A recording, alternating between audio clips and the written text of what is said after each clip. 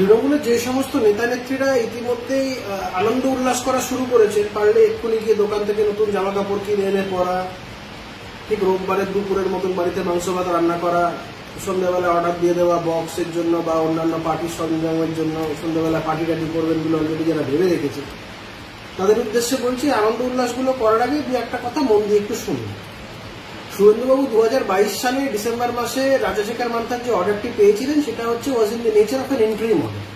সেখানে কোর্ট বলেছিল যে সমস্ত 26টা এফআইআর শুভেন্দুবাবু যেটার বিরুদ্ধে হাইকোর্টে এসেছিলেন কোশ্চিন চেয়ে, সেগুলোর উপরে সবকটা স্টে দিয়েছিল হাইকোর্ট। আর ইন্টারিম প্রোটেকশন হিসেবে বলেছিল যে শুভেন্দুবাবুর বিরুদ্ধে কোনো এফআইআর করতে গেলে without the prior permission of the court আর without the leave of the court সেটা করা যাবে না, মানে কোর্টের অনুমতি ছাড়া শুভেন্দুবাবুর বিরুদ্ধে এফআইআর করা যাবে না।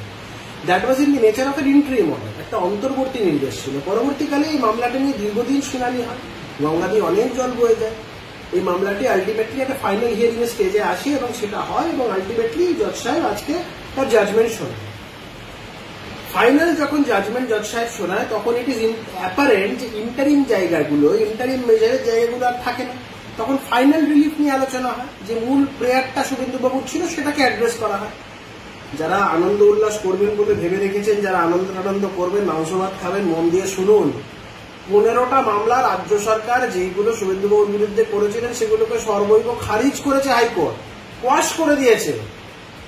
বাদবাকি 4-5খানা এফআইআর সেগুলো ইনভেস্টিগেশনের ক্ষেত্রেও রাজ্য সরকারের উপর আস্থা রাখেনি হাইকোর্ট। এসআইটি ফরমেশন করে দিয়েছে, এসআইটি করে বলেছে সিবিআই এবং রাজ্য প্রশাসন তারা যৌথভাবে ইনভেস্টিগেট করবে। রাজ্য প্রশাসনের উপরে আস্থা রাখলে সিবিআই কে নিয়ে জয়েন্টলি সেখানে এসআইটি হতো। তো যারা আনন্দ উল্লাস করছেন তাদের বোঝা উচিত এই লড়াইয়ে জয় শুভেন্দু অধিকারীর হয়েছে। তারা কি আদৌ শুভেন্দু অধিকারীর এই বিজয়ের জন্য তারা আনন্দ উল্লাস করছেন? করলে করুন, কোনো বাধা নেই। বলুন, তাহলে আমি 1 প্যাকেট মিষ্টি আপনাদের পাঠিয়ে দিচ্ছি। ভালো থাকবেন, নমস্কার।